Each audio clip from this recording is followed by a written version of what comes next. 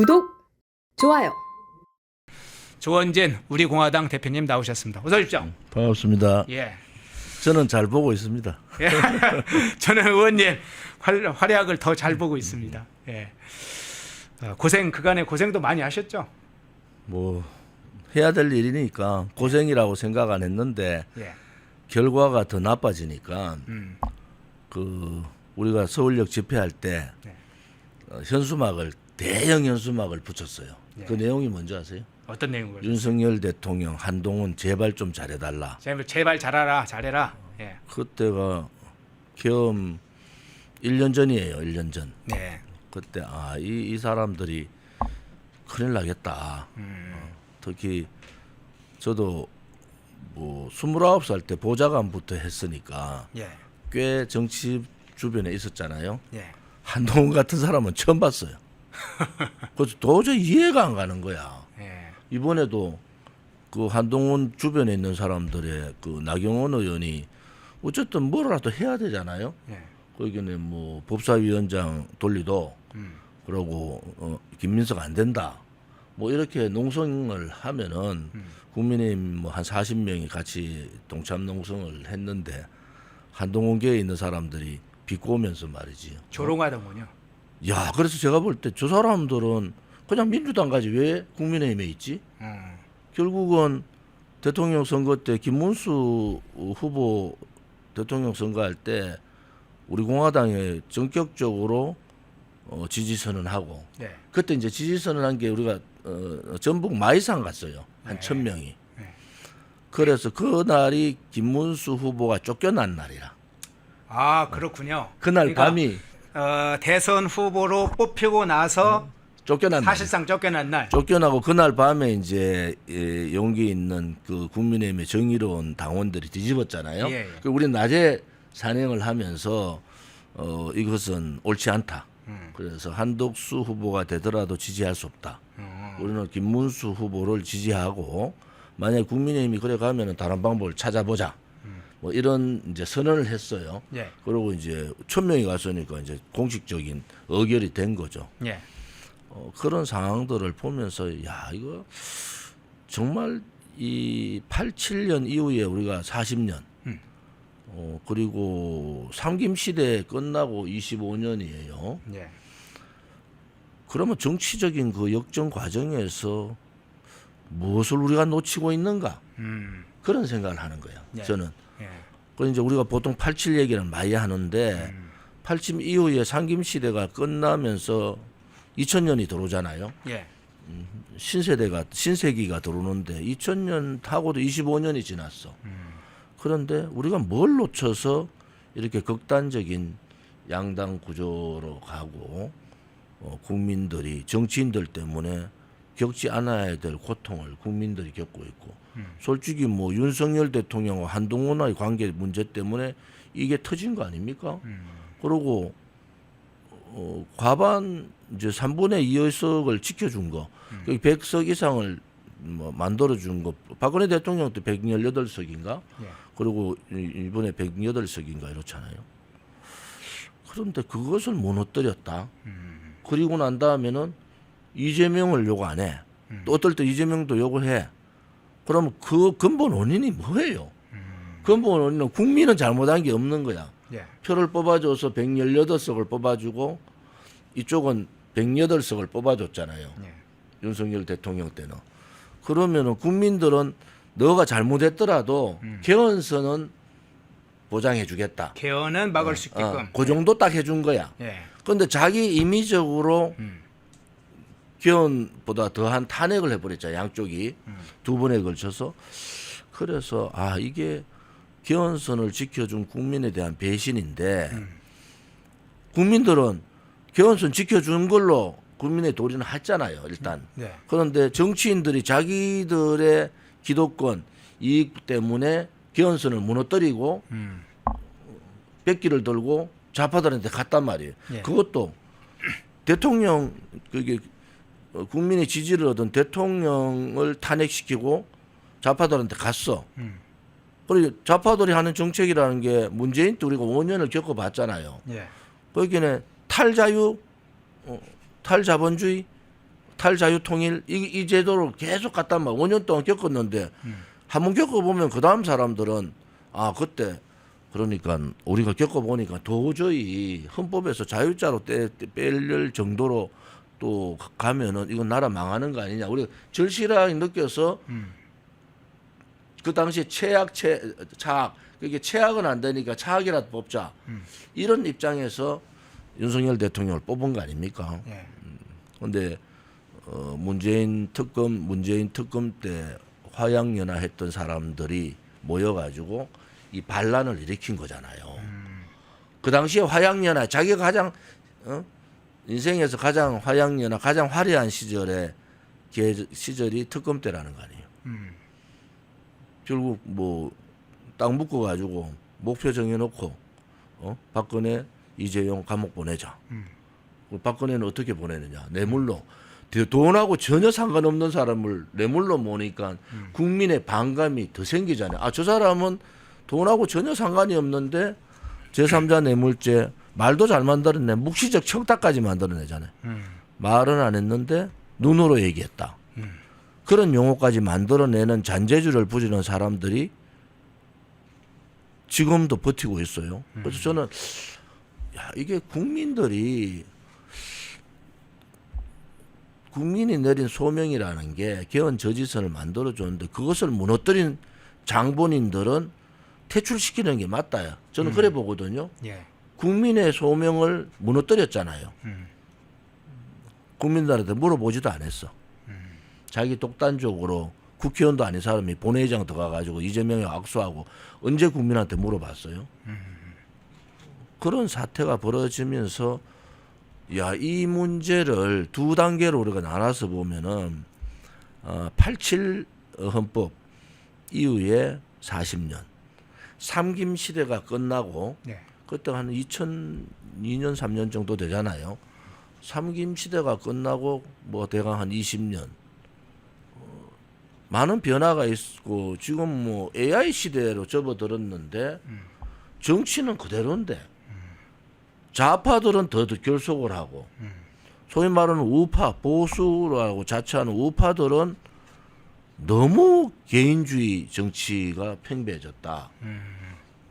이재명을 반대하는 좌파들도 있잖아요. 이재명의 노선에 맞지 않은 좌파들은 이재명은 지난 총선 때 다 나눠줬잖아요. 입을 다 막아버렸어. 몇 석씩 다 줘가 조용히 해라.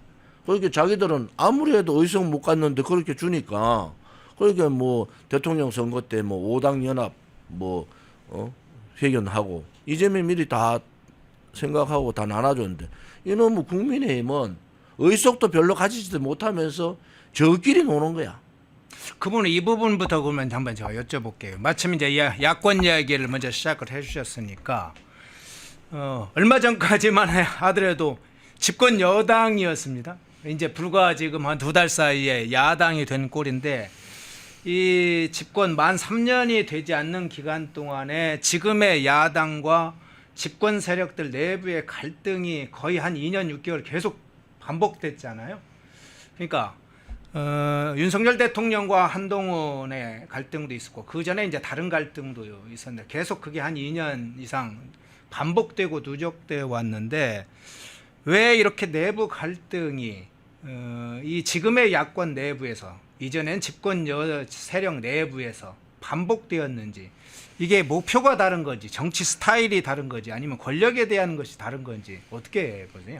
저는 이제 그 현장에 박근혜 대통령 탄핵 때는 제가 당 서열 3위죠. 네. 수석 최고위 영격을 했으니까 예. 당대표 원내대표 저잖아요. 예, 예. 저는 이것은 박근혜 대통령 탄핵은 불이불법이다 하고 탈당해 나왔잖아요. 돌이켜보면은 다 개인적인 정치인 개인적인 사감이에요. 정치적 사감. 박근혜 대통령 때는 예. 소위 말하는 김무성이라는 사람이 박근혜 대통령에 대한 사감. 노골적으로 얘기했어요. 그 사람은. 김무성이라는 사람은 노골적으로 당대표였잖아요. 예. 그때 제가 원내 수석할 때요. 노골적으로 얘기했다고. 선거 4개월 전에 총선 4개월 전에 180석 얻는다 그랬어요. 180. 그 공식적으로 얘기를 했다고. 네. 그리고 우리 보고 그 좀 표정 관리들 하라고 그랬던 사람이에요. 본인 입으로 그랬다고. 그런데 박근혜 대통령이 그렇게 잘못했는데 어떻게 180석을 얻어요? 그게 4개월 만에 박경화 탄핵을 앞장섰잖아요. 그 사적인 감정이 굉장히 있었다. 두 번째는 유승민과 최경환이라는 사람의 사적 감정. 네. 이거는 굉장히 오랜 시간에 이제 대구 경북의 이제 주도권 싸움도 겹치가 있고 서로 개인적인 문제도 있고 이런 문제가 박근혜 대통령의 탄핵에 62사람의 소위 말하는 배신자들이 나오는 결과가 맞았잖아요. 이번에는 대통령하고 대통령이 가장 신뢰하는 그 당시에 저도 윤석열 대통령 주변에 윤석열 대통령이 가장 좋아하는 사람 이런 사람도 친하다고요. 연구로. 그때 우리가 한동훈 안 됩니다. 법무부 장관. 네. 그랬어요. 아니 그 역대 어느 정부도 박철원이든 누구든 간에 그 실세 그 대통령하고 가장 가까운 사람을 실세 자리에 주면은 이게 탈이 납니다. 왜 탈이 나냐? 그 주변에 사람이 모이고 꼬이게 되기 때문에 문제가 생길 수밖에 없다 해서 정말 건의 많이 했어요. 윤 대통령 직접 얘기할 수 있는 사람한테 저는 뭐 윤 대통령 재임 중에 끝나고도 뭐 탄핵 반대 왜냐면 제가 주장하는 것은 계엄은 잘못했다고 보는 사람이에요. 저는. 네. 그런데 그 계엄이 탄핵이나 내란으로 갈 상황은 아니다 해가지고 우리가 탄핵 반대 투쟁을 엄청나게 했잖아요. 네. 그런데 그때 돌아오는 말이 윤 대통령이 돌아오는 말이 다른 사람은 다 안 해도 한동훈이는 법무부 장관 시키게 해야 되겠다. 그게 실질 얘기예요. 제가 직접 들은 얘기잖아요. 그렇게 얘기를 했는데 그렇게 돌아온다 말이 그런 사람이라 윤석열 대통령이 그만큼 한동훈이라는 사람을 믿은 사람이에요. 거기서 뒤통수 맞은 게 아니고 이것은 정치의 보수 정치의 가치라든지 보수 정치의 과정이라든지 보수 정치가 가져야 될 그런 목표, 목적 이런 부분을 전혀 인식하지 못한 사람이 갑자기 당대표가 되고 비대위원장이 되고 뭐 이런 상황이 되니까 거기서부터 문제가 심각해졌다. 김건희 여사하고 몇천 통의 카톡을 했는 사람이 그럼 어떤 얘기를 얼마나 많이 주고받았겠어요. 스스로 같이 풀 수 있잖아요. 두 사람이 솔직히 윤 대통령하고 한동훈이라는 사람이 몇십 년간 같이 있었던 사람들인데 같이 풀 수 있는데 알량한 그러한 사적 감정 때문에 나라를 이렇게 만들었다. 저는 계엄이 이렇다 저렇다 다 떠나서 두 사람이 풀어야 되는 문제를 국민이 죄 지었냐. 우리 국민들은 무슨 죄를 지어가지고 이렇게 정치인들의 사적 감정에 의한 나라의 큰 보수 대통령 두 사람이 탄핵되는 상황을 만들어서 그 짐은 제가 요즘 만나는 분들은 잠을 못 자겠다는 거야. 잠을 못 자겠다. 그런데 정작 국민의힘에 있는 사람들은 아닌 것 같아요. 요즘 제가 유심히 국민의힘 의원들 발언이나 하는 행동 등을 봤는데 초선 의원들은 나름대로 활약을 하더라고요. 예. 초선 의원들은 뭐 그중에 다는 아니지만 한 3분의 1 정도에 두드러지는 뭐 주진희 의원 같은 경우도 자기가 화살 맞을 줄 알지만은 바른 길을 가는 겁니다. 곽규택 의원도 마찬가지고요. 네. 그래서 그런 의원들의 모습도 조금씩 보이는 반면에 윤석열 대통령 때 나경원 당대표 뽑을 때 김기현 이쪽 상황으로 만들어가면서 그때 소위 비이성적 집단적 비이성주의자들 뭐 40명 초선이 50명 가까이 연판장 돌리고 네. 그 사람들의 행태가 지금 우리가 한번 보세요. 그때 했던 사람들의 행태를 배현진이나 이런 사람의 행태를 한번 보세요. 그게 정치인은 아니거든요. 대통령이 어떤 그러한 생각이 있더라도 그렇게 집단적으로 린치하듯이 본인이 생각하지 않는 당대표 후보를 그렇게 하는 것은 잘못됐지 않느냐. 그때 예를 들어서 네. 물론 이준석이라는 독특한 캐릭터의 사람한테 뒤인 것도 있지만은 그래도 그때 만약에 나경원이라는 사람이 당대표가 됐을다 또 다른 현상들이 일어나잖아요.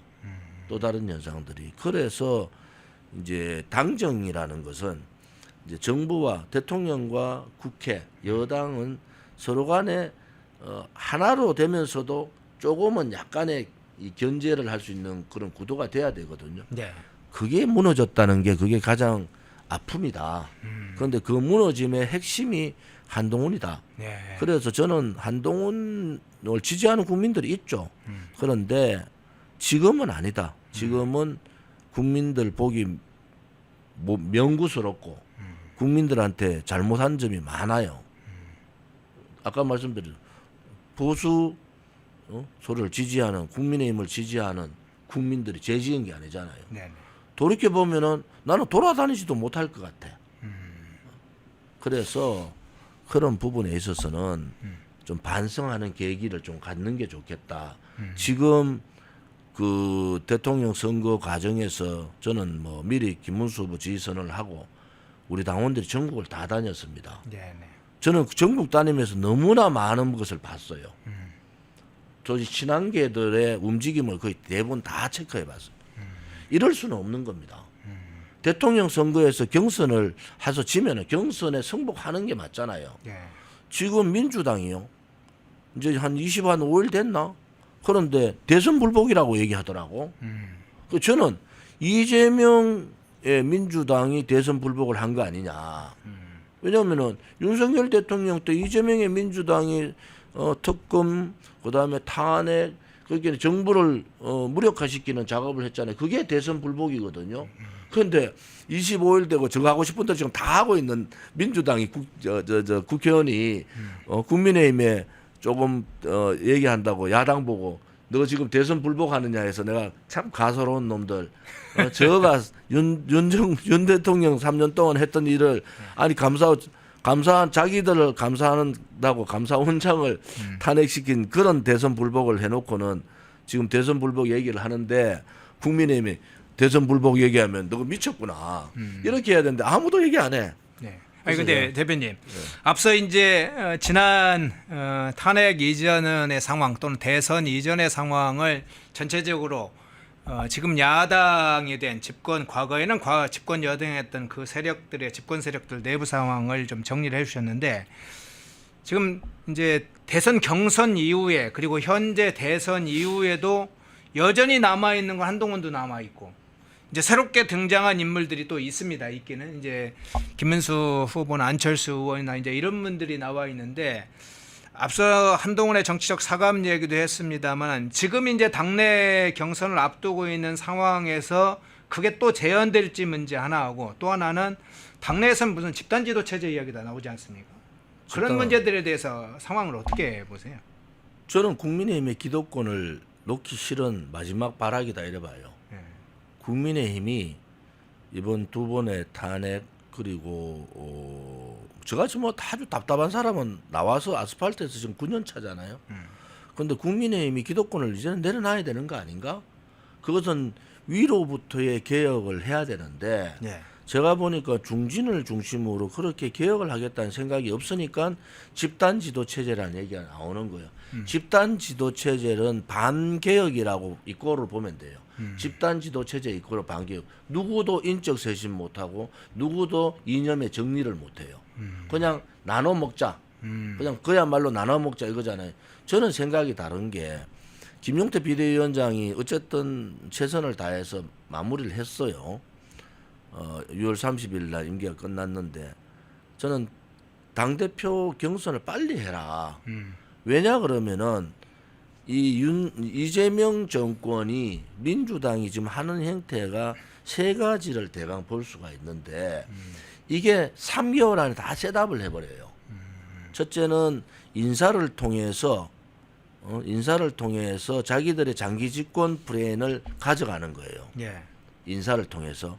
두 번째는 특검을 3대 특검을 통해서 보수 개멸, 국민의힘을 다음 지방선거 내년에 있을 그 이후에 2년 후에 또 지금부터 3년 후에 있을 총선까지 완전히 괴멸을 시켜버립니다. 그 지방 정권까지 가지고 다음 총선까지 가면은 독재의 길도 열리지만은 장기 집권으로 가는 길이 열려요. 예. 그러면 개헌선을 만약에 가져오면은 이제 소위 이재명 11년 집권이라는 프레임이 그려지는 겁니다. 그때 3년 지나고 4년 연임하면 11년 그림이 그려지잖아요. 그 다음에 세 번째는 재정을 가지고 돈을 가지고 포퓰리즘을 씁니다. 그러면 이 세 가지의 과정들이 3개월 안에 셋업이 다 되는데 국민의힘은 집단 지도체제 대선이 치러졌는데도 대선 과정에서 여러 가지 문제점이 있었는데도 누구 책임 하나 지고 없고 젊은 비대위원장 시켜놓고 그 비대위원장한테 모든 것 떠넘겨놓고 이런 상황이라서 저는 빨리 이재명의 민주당, 여기 상권을 장악하고 있는 이재명의 민주당하고 싸우려면은 단일 지도 체제 중에서도 가장 강력한 단일 지도 체제가 돼야지 싸울 수 있다. 그래서 그러면은 그들과 싸울 수 있는 또 외부적으로는 이재명의 독재의 길을 막고 이재명의 장기 집권 프레임을 막으면서 싸울 수 있는 그런 하나의 핵심이 있고 내부적으로는 쇄신 변화 개혁을 해야 되잖아요. 그러면 쇄신 변화 개혁을 다음 지방선거 전까지 해서 지금 20%대 떨어졌는 국민의힘의 지지율을 국민들로부터 40% 50%가 끌어올릴 책무가 지금 당대표한테 있는 거예요. 예. 시간이 별로 없단 말이에요. 그러면은 변화하고 개혁하고 쇄신하고 인적 쇄신까지 할 수 있는 사람이 누군가 여기에 방점을 둬야 되는데 소위 말하는 친윤 뭐 친윤도 있겠어요. 다 도망가고 없지. 그래도 명칭상 친윤이라 합시다. 주류 예. 세력들. 지금의 국민의힘의 한 70%의 주류 세력들. 네. 그다음 친한 한동훈계. 그 김문수는 국회의원 한 명도 없어. 그럼 이 쇄신이나 변화 개혁을 할 수 있는 사람은 저는 김문수 말고 누가 있느냐는 거야. 그러니까 국민의힘의 기득권 세력들은 이렇게 보는 거예요. 야 이거 안철수를 세워서 김문수 제발 안 나와야 되는데 안 나오면 안철수를 세우는 게 우리한테 유리하지 않겠느냐. 아니야. 나경원이 좋을 수도 있어. 안 되는 거 아니. 권선동이 내가 할까? 아니니까 집단 체제로 가지. 그러면 망하는 겁니다. 그러면 다음 지방선거는 볼 것도 없어요. 그래서 제가 말씀드리는 것은 국민의힘이 이제 자체적으로 변화 개혁을 못 하니까 어쨌든 대통령 후보로서 30% 20% 중반의 지지율을 41.15%로 올렸잖아요. 예. 국민이 김문수 후보에 대한 기대가 있는 거예요. 또 지금까지 삶의 궤적이나 민주화 운동 과정이나 그 정치권에 들어와서 공천심사위원장을 하면서 여러 가지 사항들이 변화 개혁을 할 수 있는 캐릭터가 된다. 그리고 친한계도 아니고 친윤계도 아니야.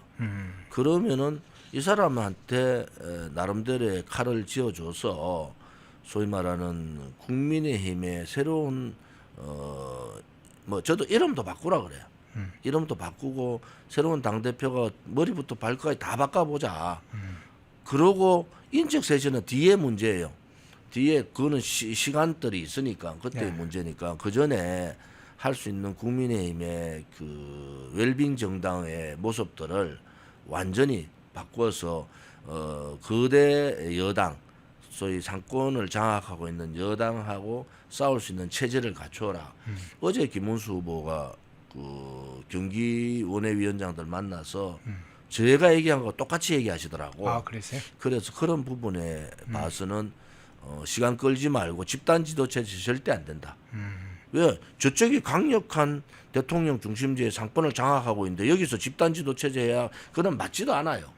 그래서 상김시대에 민주화 투쟁하듯이 지금은 해야 된다.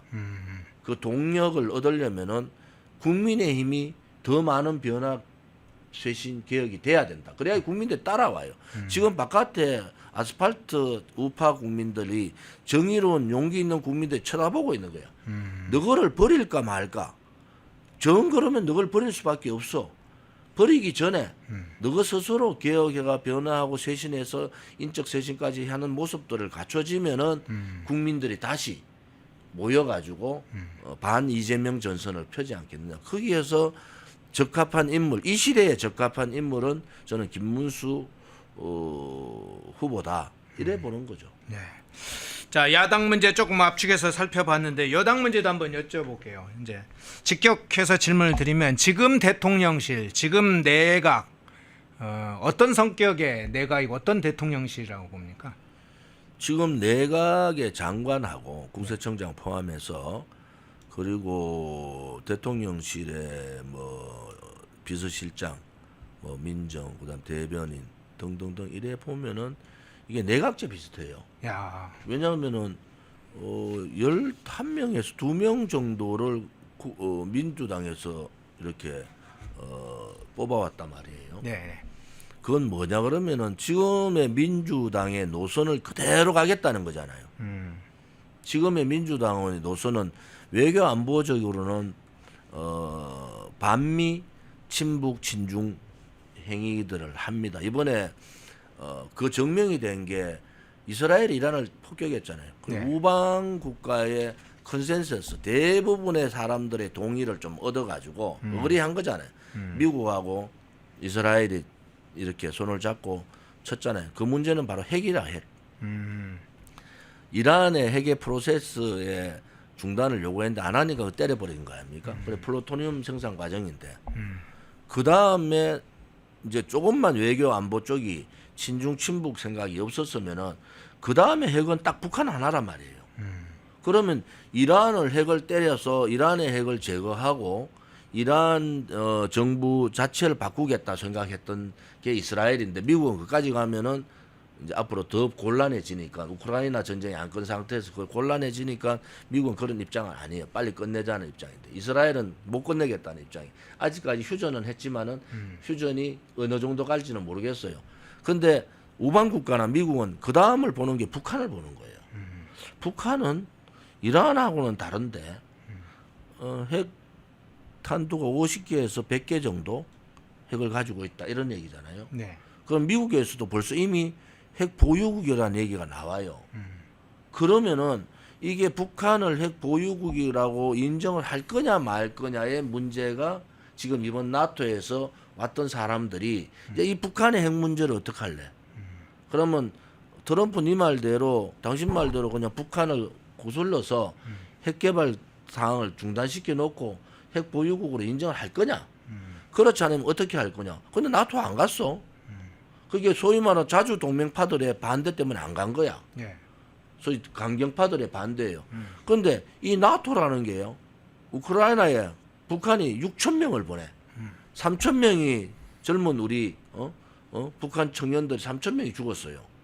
또 6천 명을 보내. 그럼 우크라이나 전쟁이 대한민국과 전혀 상관이 없느냐? 밀접한 상관이 있는 거잖아요. 그다음 이란을 때리고 난 다음에 이스라엘 중동의 전쟁이 이란의 전쟁이 북한 핵하고 밀접하게 관계되어 있는 거예요. 가야 되는 거예요. 그 32개국이 오는데 그 32개국 한 만나려고 해도 3년 걸려요. 그러겠네요. 예. 가서 인사라도 좀 하고 아주 또 좋은 이게, 기회였는데요. 이게 무기 판매도 우리가 지금 연관돼 있잖아요. 네. 거기다가 또 이제 핵 문제, 북한 핵 문제, 그다음에 중동 전쟁 이후에 어떤 상황이라 이런 부분들을 만나봐야 되는데 이번에 뭐 G7 가보니까 왕따 돼가지고 재미없거든. 예.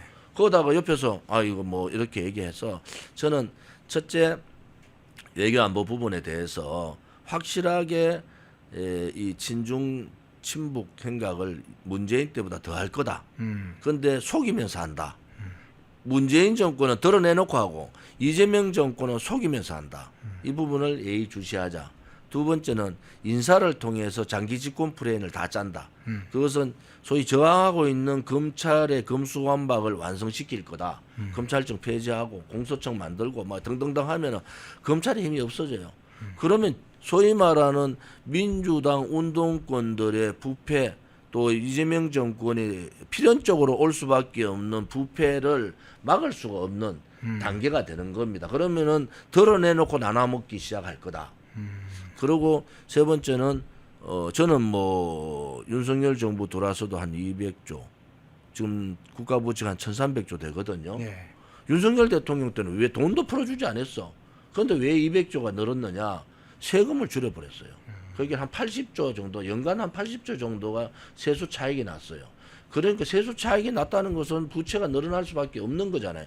그래서 문재인 때 1100조 하던 게 윤석열 정부 들어 1300조 됐는데 저는 2000조 간다는 얘기는 이재명이 지금 공약이 뭐예요?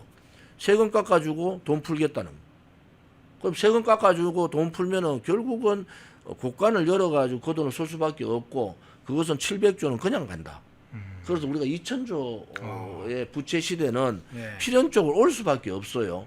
그 지금 뭐 30조 추경 풀었는데 저는 20조 더 풀 거다. 그래서 한 50조 풀 거다.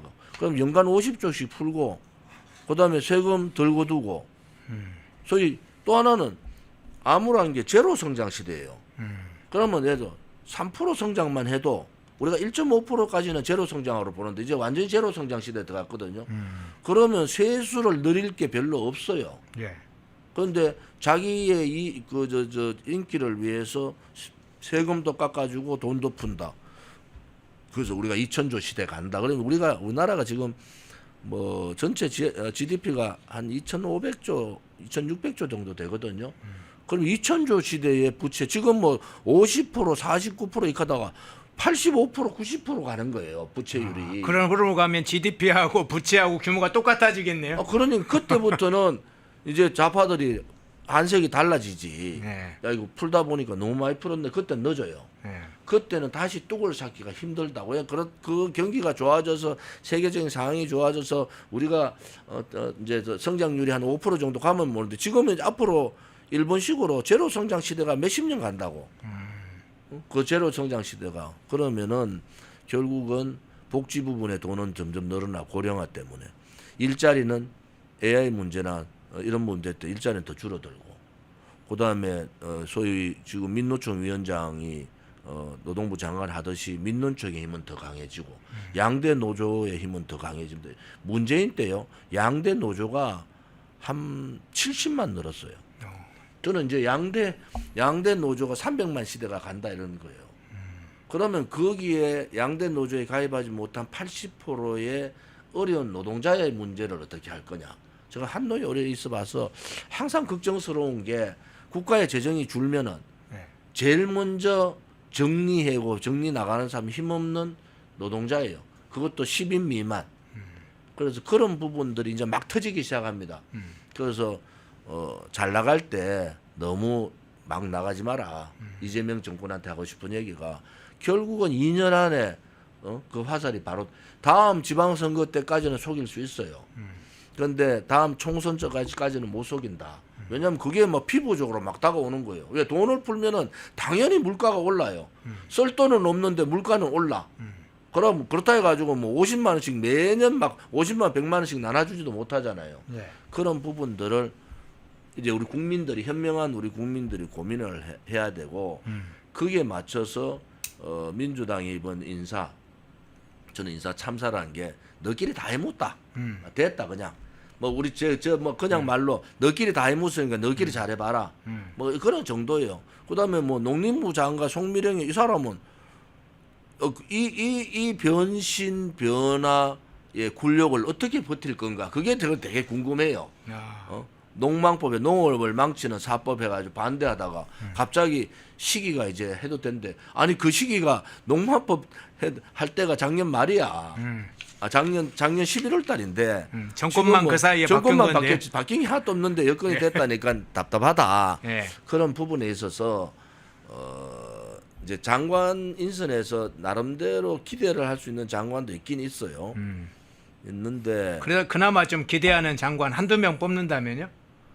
저는 법무부 장관이 정성호 의원이요. 정선호라는 사람이 이제 7일 내고 이재명 당대표 때 좌장이잖아요. 네. 그래서 정성호 의원이 좀 온건한 사람인데 그 마음 변치 말고 국민을 위해서 이재명 정권에다가 좀 선소리도 하고 너무 많이 나가지 마라.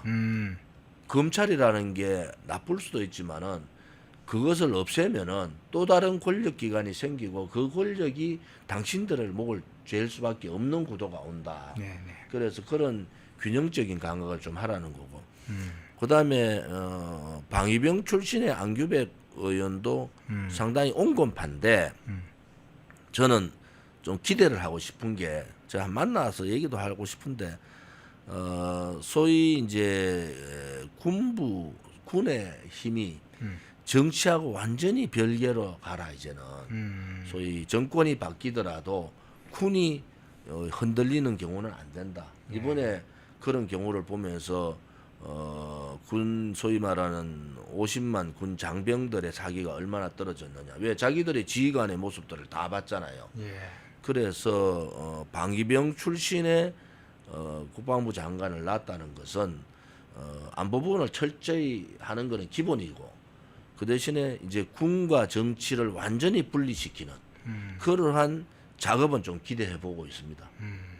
자, 그러면 지금 말씀 이제 정성호, 안규백, 송미령 얘기했는데 한두 분만 좀 여쭤볼게요. 어차피 이제 내일 지금 김민석 총리 후보자 인준 표결을 좀 강행할 것으로 예정이 돼 있잖아요.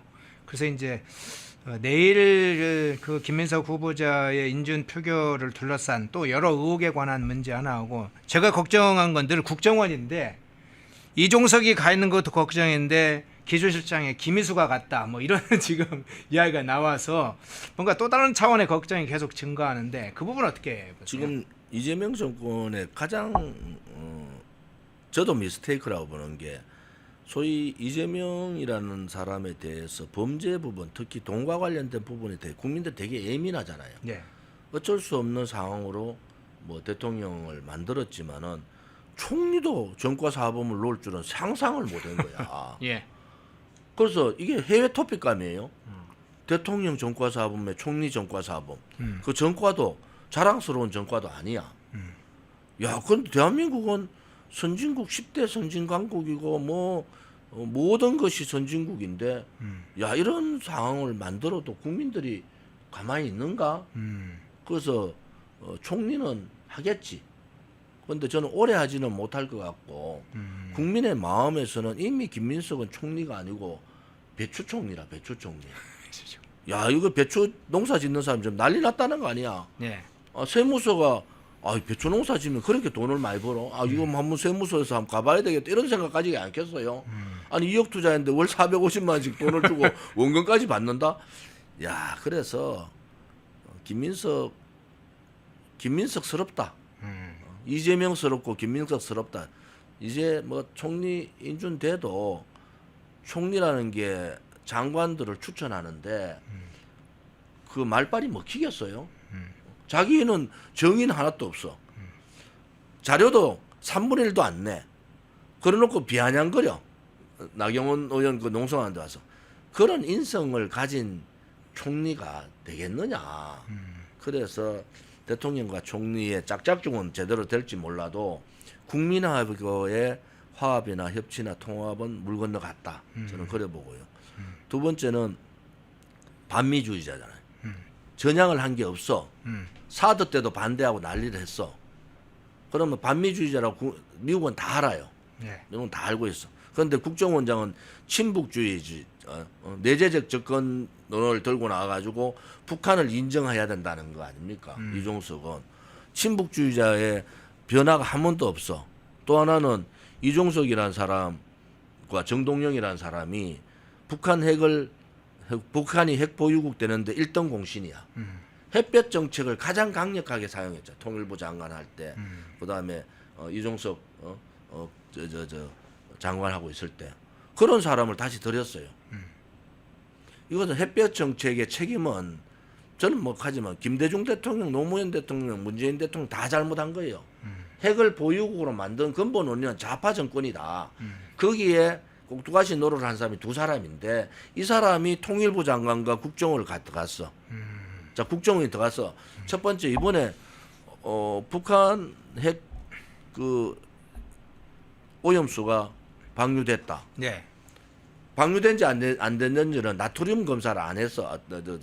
그런 걸 안 했기 때문에 핵에 대한 부분들은 해야 되는데 안 했잖아요. 네. 우라늄에 대한 부분은 안 했단 말이에요.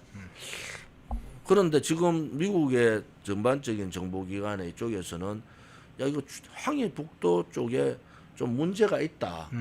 왜냐하면 괴질도 번지고 뭔가 차단도 하고 이런 상황이 있으니까 뭔가 문제가 있는 건 분명한데 그것이 우리나라 해변에서 갑자기 수치가 우라늄 수치가 올라가는 그런 상황들이 전개가 돼 버렸단 말이에요.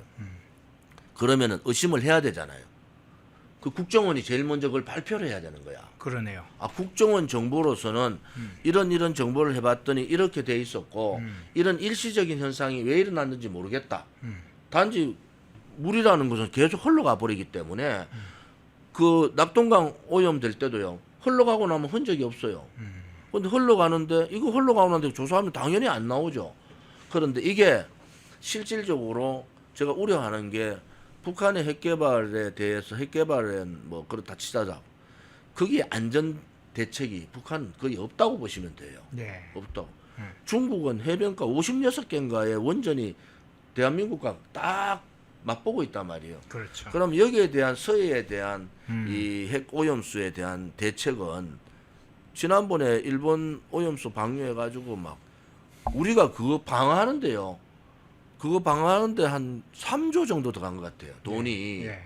검사하고 또 농민들 피해 대책해주고 뭐 1조에서 한 3조 들어갔다 그러는데 조용해.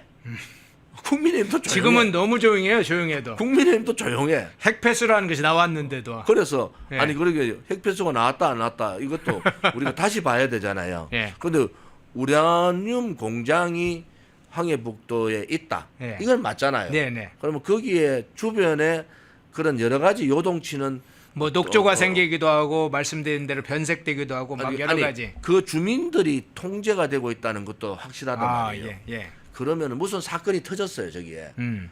그럼 우리하고 붙어 있기 때문에 우리 쪽에서 이런 상황들이 전개가 되면은 국정원이 차분하게 다 설명을 해. 북한 문제, 북한 나쁘다는 얘기는 절대 할 수 없는 게 이종석 국정원장 체제예요. 예. 그래서 그런 부분들은 또 하나는 김민수 기조실장은 대북 송금 변호사잖아요. 예. 그것은 나쁘게 얘기하면은 정말 누구들 이해 충돌 문제를 무시하는구나. 그러면 그게 지금 가장 중요한 게 이재명 그 사법 리스크 중에서 대북 송금. 왜냐하면은 이화영 씨가 7년 8개월을 받았단 말이에요. 유동규 씨도 5년인가 뭐 이렇게 집행을 받았잖아요. 확정이 됐다고. 그거 남아 있는 게 이제 이재명 피해자밖에 없어요. 네. 그런데 그거를 변호했던 변호인이 그 자료들이 가장 많이 있는 국정원의 기조실장으로 들어갔다. 아니 의혹을 받을 수밖에 없잖아요. 굳이 그 사람밖에 없는가? 라는 부분에 있어서는 우리 국민들이 예의주시하고 봐야 된다. 이렇게 볼 수가 있는 거예요. 마지막 질문 하나만 좀 드릴게요. 김어준 콘서트 관련한 지금 보도가 나왔어요. 근데 뭐 문재인 전 대통령도 가고 정청래도 가고 근데 우원식 국회의장이 참여한 것도 좀 색다르게 봤습니다.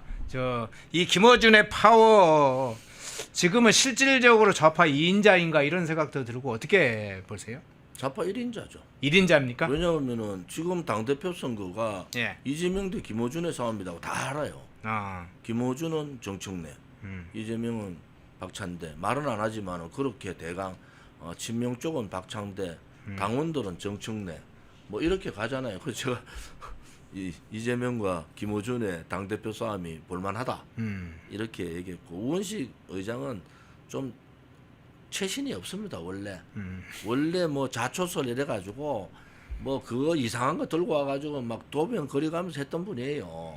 그때부터 저 사람은 아이고 정말 그냥 아니다 봤는데 어째 국회의장까지 됐어. 그것도 뭐 추미애 뭐 다 되는 줄 알았는데 추미애 꺾고 됐었잖아요. 근데 요즘 하는 거 보니까 지난번 탄핵 정국 이런 데 보면 완전히 뭐 그냥 국회의장의 중립 의무는 없어지고 국회의장 중에 최악의 국회의장이다. 저는 그렇게 평가해서 그 사람이 뭐 김어준 가서 얘기한다 뭐 별로 관심도 없어요. 예, 오늘 오랜만에 우리 조원진 우리 공화당 대표님 모셨는데 대표님 저희가 자주 연락 드릴 테니까요. 자주 한 번씩 나와 주십시오. 불러주십시오. 예. 오늘 편에 나간다 하니까 예. 저를 좋아하는 분들이 되게 좋아하시더라고. 그래요? 예. 오늘 대표님 모시고 여러 정치 여야 지금 상황, 집권 세력의 지금 내부 은밀하게 진행되는 3개월 포석부터 지금 야당 내부의 상황, 정치적 사감에 의해서 우리 내부가 어떻게 위기에 처했는지 그 상황까지 살펴봤습니다.